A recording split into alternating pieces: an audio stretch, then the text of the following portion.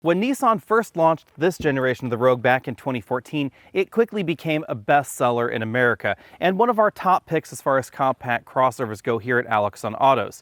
If you didn't know it by now, the Rogue is either the best-selling or the second best-selling crossover in America, depending on exactly what month you're looking at. Here in 2019, this is actually beating the Toyota RAV4 when it comes to overall sales, and it placed second in 2017 and 2018. Why is that? Well, quite simply, the Rogue is comfortable, it's roomy, it's efficient, and it's a pretty good deal, especially thanks to the deep discounts that Nissan is giving on the Rogue. Back in 2017, Nissan gave the Rogue a facelift. In 2018, they put a few new active safety features on it. And now in 2019, we have a host of new competitors. So it's time again to take another deep dive into the Rogue. Up front, most of Nissan's crossovers look very similar. We have the same sort of V-motion grille, which is what they call that U shape right there. It looks a little bit more like a U than a V to me.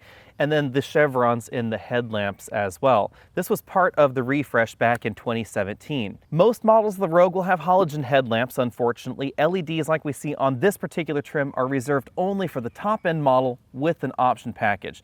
I think that's a little bit of a pity because we do see standard LEDs on something like the new 2019 RAV4. Below that, we find halogen fog lamps, depending on the trim level that you get, and Nissan locates their radar adaptive cruise control sensor right there behind the large Nissan logo. At 184.5 inches long, this is one of the longest compact crossovers in America. It's 3 inches longer than the new RAV4, 10 inches longer than a Hyundai Tucson. Although that means this is going to be a little bit harder to park than the Tucson, it does give us an awful lot more cargo room in the back. One of the reasons for that is that the Rogue used to be available with an optional third row in the back. That's obvious when you take a look at the way the rear end of the Rogue is shaped. It definitely looks more like a 3-row crossover than the average 2-row crossover in America. For whatever reason, Nissan decided to kill off that tiny third row seat. I do think that's a pity because I thought it was always a handy feature here. For 2019, if you want a compact crossover in America with a third row, you're going to have to look at something like a Volkswagen Tiguan. Out back, we have tail lamps that mirror the general style that was going on with the headlamps up front. These kind of have a surprised look to my eye. We have a hatch that is definitely more vertical than the average 2-row crossover in America that helps improve cargo practicality, and again was because of that optional third row in the back. Well integrated parking sensors down there at the bottom, some chrome strips. The exhaust tip is hidden under the bumper, and then we have this odd little grate right here in the middle. I'm not quite sure what that's supposed to be for. Over the years, Nissan has put more and more active safety technology into the Rogue. So for 2019, we have a ton of different safety features standard, including autonomous emergency braking with pedestrian detection, lane keeping assistance, and blind spot monitoring. Blind spot monitoring with rear cross traffic detection is something that we don't generally find standard in this segment. Usually it's part of an option package, even on something like a Toyota RAV4. On the flip side, we don't find adaptive cruise control standard here, which is something that we do find standard in the RAV4. Most Rogues on the dealer lots will have this engine right here. It's a 2.5-liter 4-cylinder engine. It produces 170 horsepower and 175 pound-feet of torque. That is a little bit lower than some of the other options in this segment, especially considering the size of the Rogue overall. Setting the power to the front wheels by default is a continuously variable automatic transmission, and then we have an optional all-wheel drive system available as well. Thanks to the CVT, fuel economy is pretty high at 27 miles per gallon combined for the model we're driving, and it peaks at 29 mpg if you get the front-wheel drive trim. If you're interested in the best fuel economy overall, there is an optional hybrid system available as well. This is one of the few hybrids available in this segment, and one of only 2 traditional hybrids because the Outlander is a plug-in. The reason we get that fuel economy drop in the hybrid all-wheel drive model is that it is still a traditional all-wheel drive system. In fact, the hybrid model of the Rogue uses the same transmission and the same all-wheel drive system as the non-hybrid model. So this does not transition over into a planetary hybrid power split system like we see in Toyota hybrids. In terms of overall traction, that means that this all-wheel drive system is going to be a little bit more capable, generally speaking, than what we see in the Toyota RAV4, but it's going to reduce your overall fuel economy. When it comes to the front seat comfort score, I'm going to have to drop the Rogue down to 8 out of 10 points, one below the last time we drove this. The main reason for that is that the competition has moved ahead, and I did find the seats in the new 2019 RAV4 a little bit more comfortable than this. The main reason for that has to do with adjustability. The seat bottom cushion in the Rogue does not adjust for tilt, so if I move the power seat up, the whole seat moves up. It doesn't actually allow me to tilt that seat bottom cushion. We do have a 2-way adjustable lumbar support and a 2-position seat memory, which is a nice touch that we don't see in all the competition, but Again, the seat bottom cushion doesn't adjust for tilt. That made my legs a little bit tired on longer journeys. We have a tilt telescopic steering column with a decent range of motion and a power passenger seat in this trim, something that we don't see in all of the competitors. Hopping into the back of the Rogue, we find a large amount of legroom. That's one of the defining features about the Rogue is the spacious interior. You'll notice that sitting behind myself, I have about 6 inches of legroom left, and I have about 1.5 inches to 2 inches of headroom left, even though we're in the model with the optional moonroof. If I move over to the middle seat, my hair starts brushing the ceiling if I'm leaning forward a little bit, but if I lean back, I have about 1/2 inch left. If I scoot all the way over to the right, you'll definitely notice the increased dimensions of this versus something like a RAV4. I have about 3 inches of legroom left with this front seat all the way back in its tracks. That's definitely more than we find in some of the smaller crossovers out there. We also have some practical interior touches here, like this 60/40 folding rear seat back. That's pretty traditional, but this armrest that folds down opens up a large pass-through from the cargo area. That's a random tripod here, but I could just pull that through into the car right through that cargo slot there. This is obviously more handy for something like a surfboard than a tripod, but you get the idea. You could put a ladder in here or a surfboard and still have 4 people in the car. You wouldn't need to tilt down one of these sides. The Rogue gives us 39.7 cubic feet of cargo space back here, but that drops down to 27.3 if you choose the hybrid model. We were able to fit 6 roller bags back here in the non-hybrid model by just squeezing them just so. In the picture that you'll see on your screen, you'll see that 2 of them look like they're falling out. They didn't fall out, and the hatch really did close. That's because of this very vertical opening here. You'll notice that this versus something like the new RAV4, that has a much more steeply raked hatch. That design in the RAV4 means that it's going to be a little bit less practical in terms of overall cargo carrying ability. We also have a nice touch with the second row seats in that they slide forward and backward. Nissan did not change that even when they removed the third row. That means that you could push those second row seats forward and put even more cargo in the back. Cargo practicality really is a big deal for the Rogue. We have some additional dividers here in the floor. You can put these in different positions. You can put that one in an upright position, right like that. Then you could put luggage behind it that'll keep it from flying forward. And then both of these dividers will go in 2 different positions. There's a lower position which gives us about 3 inches of additional cargo space, and then a higher cargo load floor position that makes things level with the hatch in the back. In addition to those 2 positions, you can put this load floor in a third position that is about 5 inches below the roller tonneau cover. So you can put things up here, still close the hatch, and then put some additional cargo area below. As we look around the inside, keep in mind that we are in the top end trim, which means we have this large panoramic moonroof. As with most compact crossovers that offer a panoramic roof design, this ends just about over the knees of the rear passengers. The driver and front passenger have height adjustable shoulder belts and 2-way adjustable headrests. The model that we're driving features brown upholstery. We have some perforated sections up here on the shoulder of the seat back, and then some charcoal sections as well to help give things a little bit of extra contrast. These seats are heated, but they're not ventilated. Although the Rogue is not the newest entry in this segment, I think the interior has aged very well. We have some soft touch materials on the top section of the door and a soft touch armrest right there, and just about the same kind of hard plastics you'd find in any crossover in this segment. As we move over to the dashboard, we find more of that similar material to the armrest and the seats. This is not leather, this is an imitation leather, but it is the same color to give this a little bit more contrast. We have a soft touch upper section of the dashboard and a pretty decently sized bin style glove compartment. I was definitely able to fit a large tablet computer inside there. As we move on over to the dashboard, you will find one of the things that dates this interior, however, and that is the size of this infotainment system. We do have standard Apple CarPlay and Android Auto integration, which is a nice touch, but the size of the screen and the overall graphics quality is definitely a little bit behind the times, especially when you compare this to newer entries like the new Toyota RAV4. On either side of the screen, we have some direct access buttons to make it a little bit easier to find what you're looking for. There's also a button to activate the optional 360-degree camera system that our model is equipped with. Below that, we find the controls for the dual zone automatic climate control. And then below that, we find the single USB input and auxiliary input for the system. There's also a small storage cubby down there, but as you can see, it's not big enough to store some of those larger smartphones in. To the left of that storage area, we find the electric parking brake, auto brake hold, and then a pretty traditional console shifter. Drive is all the way back, manual mode over to the left. We push away from the driver for gear up, pull towards the driver for gear down. Continuing back from there, we have 2 large cup holders, toggle switches for the seat heaters, high and low settings right there, a soft touch center armrest, again matching that seat material, and that opens to reveal a pretty large storage compartment with a charge-only USB port and a 12-volt power port as well. The instrument cluster is pretty much the same as a lot of other Nissan products. We have a large tachometer on the left, large speedometer on the right, and some smaller gauges down there underneath each of those. There's a color multifunction display in the middle, turn-by-turn navigation directions, fuel economy, average speed, that sort of thing. This is also where we get driver assistance readouts, like the status of the ProPilot Assist system that our model has. The steering wheel is one of Nissan's attractive flat bottom designs with aggressive sport grips up top and all the buttons on the front of the wheel. On the left side of the wheel, we have the buttons for the radar adaptive cruise control and a button to turn on and off all the ProPilot Assist systems.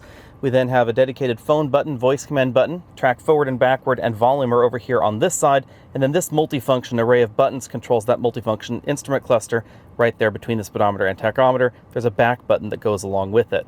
In our acceleration tests, it takes 8.5 seconds for the Rogue to go from 0 to 60. Interestingly enough, that's identical whether you get the non-hybrid or the hybrid model. The main reason for that is we have very similar power output figures total, and both models use the same continuously variable automatic transmission. The model that we're driving has the optional all-wheel drive system, and this is the top-end trim, meaning this is going to be the heaviest and the slowest version of the non-hybrid Rogue. This is really not that far removed from many competitors.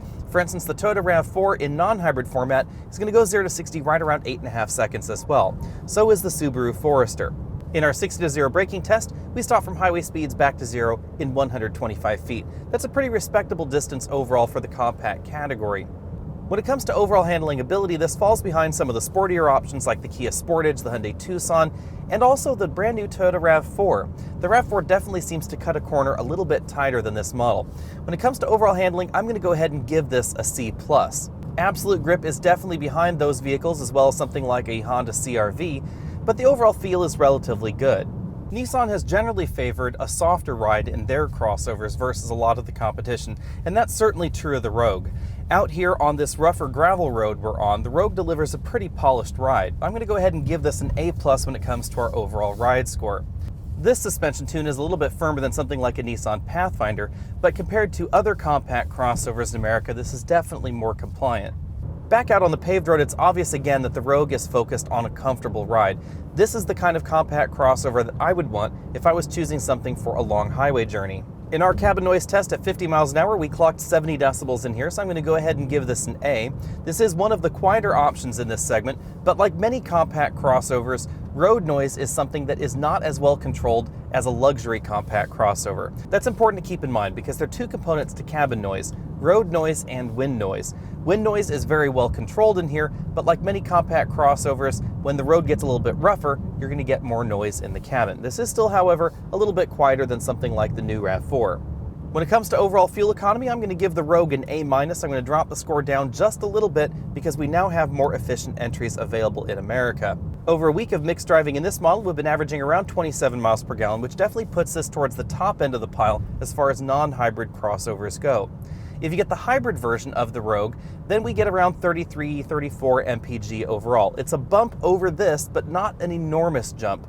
If you want better fuel economy than this hybrid at the moment, your only option is going to be something like the RAV4 hybrid, but at about 40 miles per gallon real-world economy in that model, it is a significant jump over the Rogue hybrid. Again, that model does use an electric all-wheel drive system.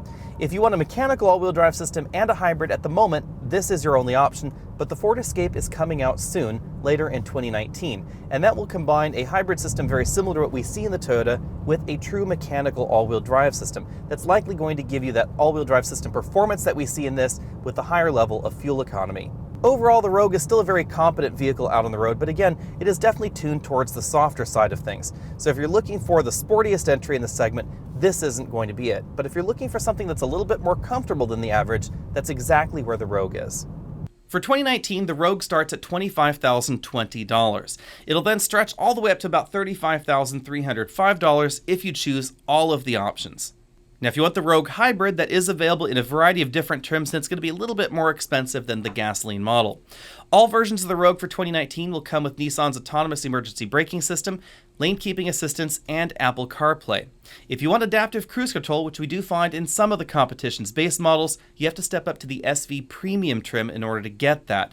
Before we move on to comparisons, you should know that it's pretty typical for Nissans to sell at a deeper discount at the dealer than we see from Toyota or Honda. So when you're taking a look at these prices versus some of the other Japanese competitors, keep that in mind. You're probably going to get a better deal off of what you see here on your screen. Our first competitor, and perhaps the most direct competitor, is the all-new 2019 Toyota RAV4.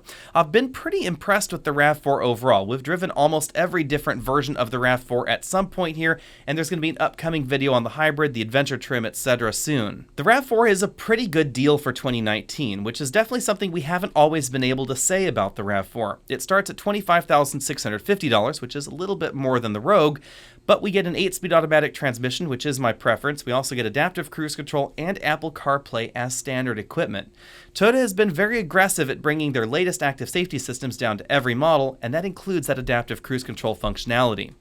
I think my favorite version of the RAV4 at the moment is the hybrid version, which starts at $27,940. That is a decent bump above what we see in the Rogue, but with over 40 miles per gallon easily achievable in that model, I think a lot of folks really will save money. When it comes to overall interior space, the Rogue is definitely roomier on the inside than the RAV4. That is the one drawback with this generation. It really seems to have shrunk a little bit on the inside when it comes to overall passenger room. That makes it more difficult to install things like rear-facing child seats in the RAV4 than we see in the Nissan, where they fit definitely a lot more easily. But the RAV4 is comfortable, it's easy to live with, it's also going to be pretty reliable in this segment, and the cargo area surprised us. Even though it wasn't as big as the Rogue's cargo area, it had an easier time fitting the same number of bags back there just due to the overall shape. Next up, we have the Honda CR-V, which starts at $24,350. That is a little bit less expensive than the Rogue, but we don't get the 1.5-liter turbo that the CR-V is really known for. If you want the turbo and you want Honda Sensing, which is their all-encompassing safety suite, that will set you back $27,250. So that's the base entry point for the CR-V if you want things like autonomous emergency braking, which again, you do find in the Rogue at $25,000. I think the CR-V is a solid entry in this segment. I like the interior, especially the interior seat comfort. I also like the way that it looks on the outside. It comes across as a little bit more elegant than some of the other options. I also really like the 1.5-liter turbo in the CR-V, but unfortunately, again, it's going to be a little bit more expensive than comparably priced Nissan models. A good example of the discounts on the Rogue would be if you wanted adaptive cruise control and you got that SV premium model with adaptive cruise control in the Rogue. It has an MSRP of $28,240.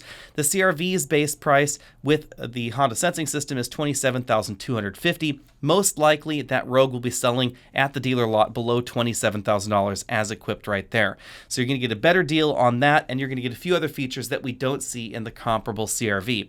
Next up, we have the Chevy Equinox. The Equinox has a really low MSRP here at $23,800 and really big discounts on the lot. So it's one of the few options that's going to be selling cheaper than the Nissan Rogue. The Equinox is a little bit big for this segment overall, but it's not quite as practically arranged. So we have 10 cubic feet less cargo room than we find in the Nissan.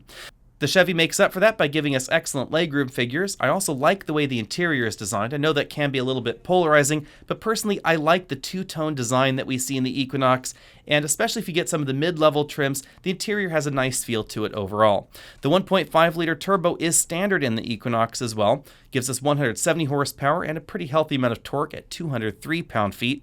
If you want some additional engine options, then Chevy is one of the few manufacturers that's willing to oblige as well. At the moment, we have an optional diesel and an optional 2-liter turbo. Both of those start at around $32,500. So you could definitely get those more interesting engine options in those top-end trims for about the same price as top-end trims of the Nissan Rogue. For our next competitor, we're going to be talking about the Subaru Forester. We're skipping the Ford Escape because a new one is only months away, so it doesn't really make too much sense to talk about it here. Subaru's new Forester has been selling really well in this generation for a few logical reasons. It's an excellent value and it's pretty comfortable on the inside. We have very generous legroom figures overall and a pretty decently sized cargo area, although it is a little bit smaller than the Rogue. The Forester is a little bit more off-road capable than the average entry in this segment, giving us 1 more inch of ground clearance than we see in the Nissan, and all-wheel drive is standard on the Subaru, just like it is on almost every Subaru model in America. Base pricing of $24,295 and base fuel economy numbers compare incredibly well to most of the competition's front-wheel drive models.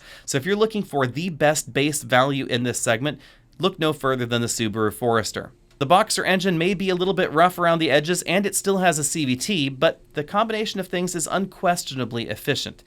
Now, overall value as you work your way on up the trim ladder does start to fall apart versus some of the competitors in this segment, but versus the Nissan Rogue, I think the Forester does relatively well. So if you're debating between these two models, know that they're pretty equal in terms of overall value. Like Toyota, Subaru has been pretty aggressive at bringing a lot of their latest active safety systems down into every model. That's something that we've really seen in this new Forester. So if you're looking for the adaptive cruise control functionality, the autonomous emergency braking, etc. on those lower end trims, the Forester is going to be an excellent option to look at.